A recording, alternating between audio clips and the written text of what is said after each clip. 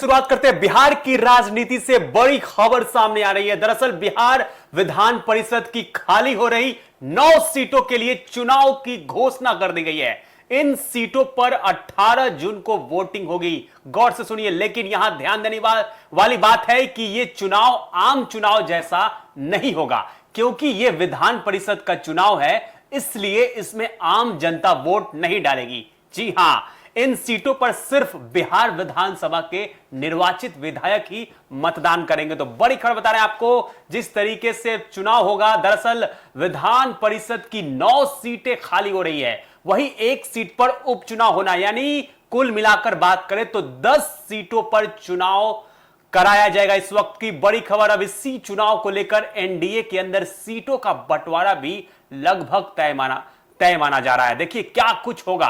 देखिए, जदयू पार्टी को 4 seat confirm है, वही भाजपा के पास 3 सीट कंफर्म माना जा रहा है। बाकी की 2 सीटों में से चिराग और रामविलास पासवान की जो पार्टी है एलजेपीआर, उनको 1 सीट और राष्ट्रीय लोक मोर्चा के उपेंद्र कुशवाहा की पार्टी को 1 सीट मिलेगी। तो बड़ी खबर बता रहे हैं आपको, और गौर से सुनिए। गौर करने वाली बात चर्चा है कि चिराग पासवान अपने भांजा सीमांत पासवान को एमएलसी बना सकते हैं। तो फिर से सुनिए बड़ी खबर। जदयू को 4 सीट, बीजेपी को 3, एलजेपीआर को 1 सीट और राष्ट्रीय लोक मोर्चा को 1 सीट मिलेगी। तो देखिए, विधान परिषद की चुनाव का घोषणा हो गया। ऐसे में आयोग का कहना है कि सदस्यों का कार्यकाल 28 जून को समाप्त हो रहा है और इसके बाद इन सीटों को भरने के लिए चुनाव कराया जाएगा। जानकारी के मुताबिक बता दें आपको कि बीजेपी अपने कोटे से 1 सीट राष्ट्रीय लोक मोर्चा यानी कि आरएलएम को देने जा रही है, वही 1 सीट चिराग पासवान की पार्टी एलजेपीआर को भी बीजेपी अपने हिस्से से दे रही है और दे सकती है। तो देखिए, बीजेपी अपने हिस्से से सीट दे रही है। सबसे ज्यादा चर्चा आरएलएम कोटे से लेकर हो रही है।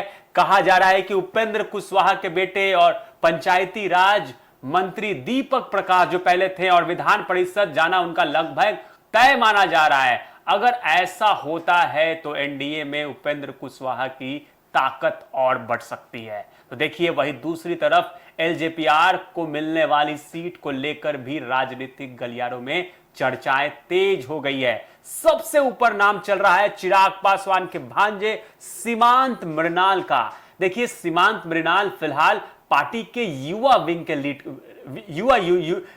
को लीड कर रहे हैं और उन्हें चिराग पासवान का बेहद करीबी भी माना जाता है। तो देखिए, बता दें आपको कि पार्टी ने उन्हें गरखा सीट से उम्मीदवार बनाया था, लेकिन उन्हें हार का सामना करना पड़ा।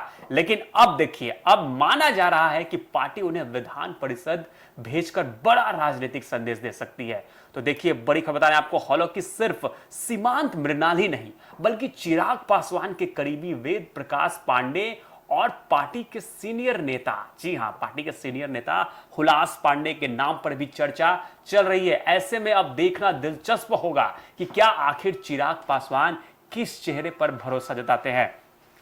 तो इधर एनडीए के अंदर सीटों के इस बंटवारे को लेकर राजनीतिक हलचल भी तेज हो गई है, क्योंकि विधान परिषद चुनाव के जरिए सहयोगी दलों को साधने की कोशिश साफ दिखाई दे रही है। तो देखिए, अब सबसे बड़ा सवाल आपके साथ रख के जाते हैं कि सबसे बड़ा सवाल है कि आखिर इन 10 सीटों पर कौन कौन चेहरे विधान परिषद पहुंचेंगे और एनडीए के अंदर किस पार्टी की कितनी ताकत बढ़ेगी, यह देखने वाली बात होगी। फिलहाल इस पेशकश में इतना ही। देखते रहिए एक न्यूज़ 24। मैं था आपके साथ अनीस राज। एक न्यूज़ 24 देख रहे थे आप। सही खबर, पक्की खबर।